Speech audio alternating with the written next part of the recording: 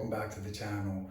On this episode of the fitness series, I want to speak to you guys about a common debate, and you hear both sides of the story all the time on social media, in the gym, at the dinner table, social groups, whatever the case may be, and that is weight loss versus fat loss. Okay, so I'm going to try to make this as simple as possible with my 29 years this May coming up experience in the gym, through my experiences, through my coaching, through my athletic career, and through coaching thousands of people from all over the world from different demographics. Okay, so when it comes to the simple old school science of weight loss, you're going to hear the rhetoric coming from a general practitioner, a family doctor, or a friend, or even somebody in the gym. And many coaches say to you, just eat less and move more. Okay, so it's a good concept and it's part of it, but the simplicity of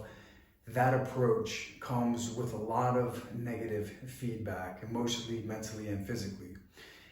If you start to cut back on calories and start eating less food, and you don't have a good idea about what your macronutrient or micronutrient intake is, and you start eating less food, soon enough, your body is going to adapt to a certain amount of a calorie intake, and you're going to hit a plateau, or you're not going to reach your goal, and your calories are going to be so far down that you're not going to be able to get through your regular day. You can't hang out with your partner, you can't hang out with your kids, you can't function at work, you don't even have the energy to do the basic things when you're in a deep caloric deficit and you're not getting the proper nutrition.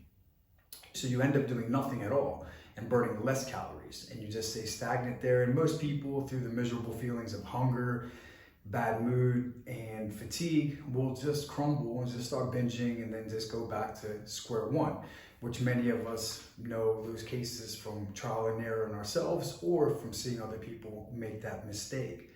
The second approach of just moving more is also a mistake without it being planned and being calculated, because individuals will just start being very enthusiastic in the beginning, and some people, a lot of people, come New Year's, come after a summer, come after or before a birthday or an occasion, will just go from 0 to hero, and they start running or walking or cycling or joining classes every single day of the week, and they're moving an hour, hour and a half with some pretty good intensity. And what happens there is their body will also adapt, especially if they're incorporating that caloric deficit coming from empty foods. And very soon, within a couple of weeks, 2 months at the most, they're going to hit this threshold where they just can't eat less food. They just can't do any more of that cardio or circuit training or even weightlifting in the gym if it's improper, if they don't have the proper nutrition to give back to their body. And there's no more hours in the day that they can dedicate towards their goal. And there's no less amount of food that they can survive on. And they just throw in the towel and they start from scratch, and they've got negative mindset when it comes to food, when it comes to exercise, when it comes to themselves. They feel defeated, they feel insecure, they feel incompetent. So the most successful way is to think long-term and to think of your body as a healthy entity, like a vehicle. It needs good fluids, it needs maintenance, it needs to be taken care of.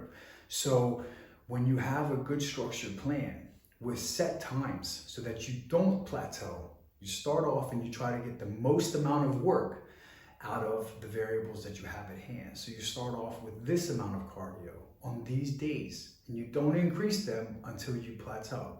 And you incorporate this type of exercise, whether it's cycling or sport or weightlifting or yoga or Pilates, and you allot these slots on a weekly basis, and you match your macronutrient and micronutrient and caloric intake to those days.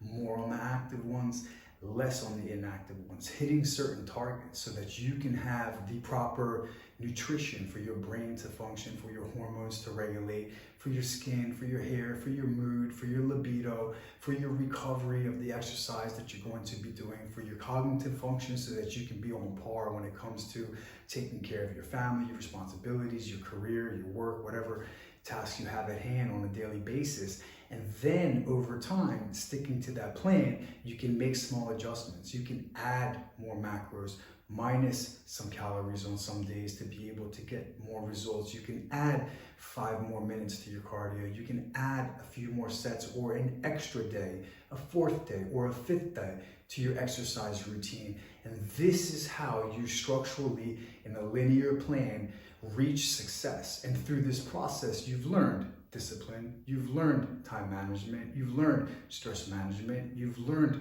planning, you've learned how to be able to be accountable in social situations. So, and along with that, you've increased your muscle tissue because you gave it the proper nutrients. You just weren't on a calorie deficit and taking in whatever you could because you heard it was fun to get thin eating pizza and Hershey's Kisses all day.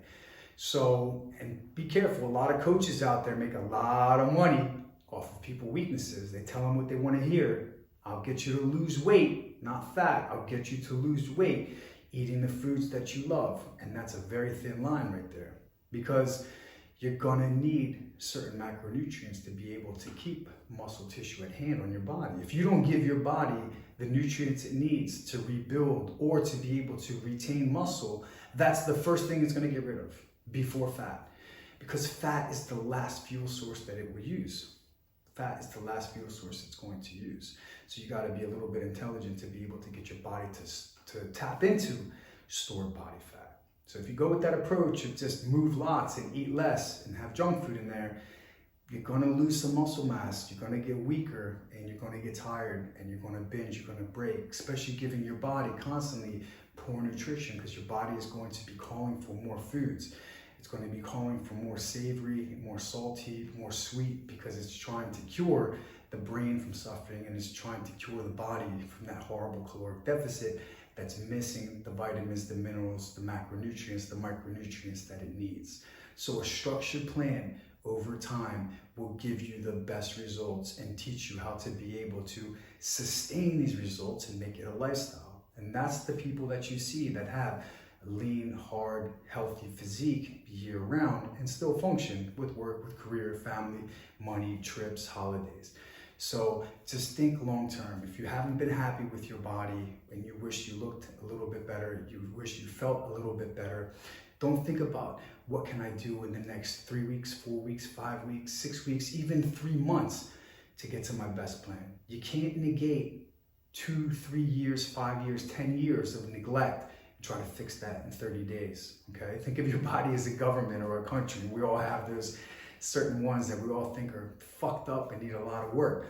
You can't fix that with one presidency in 4 years, let alone fix it in 4 weeks. So take it slow, get the right information, get the right coach, and you'll be able to teach your body to lose body fat and gain nice sculpted tone muscle, and you'll be able to lose the body fat instead of just going towards the weight loss approach. Because when you go towards the weight loss approach without a plan and just kind of that sneaky head of I get to eat whatever I want as long as I hit this target and I'll just keep moving more, that's a very, very dangerous line. And as we know, we could all name 10, 15, 20, maybe even 50 people off the top of our heads that we know that have tried that and they still look the same. So if you guys have any questions, give me a shout. All my information's in the bio, my links to be able to contact me. I hope this video brought you guys some value that you can use in your journey or the people around you. Make sure to follow, subscribe to the channel, like, comment, show some love back, and don't let anybody or anything get in the way of the life you want to live.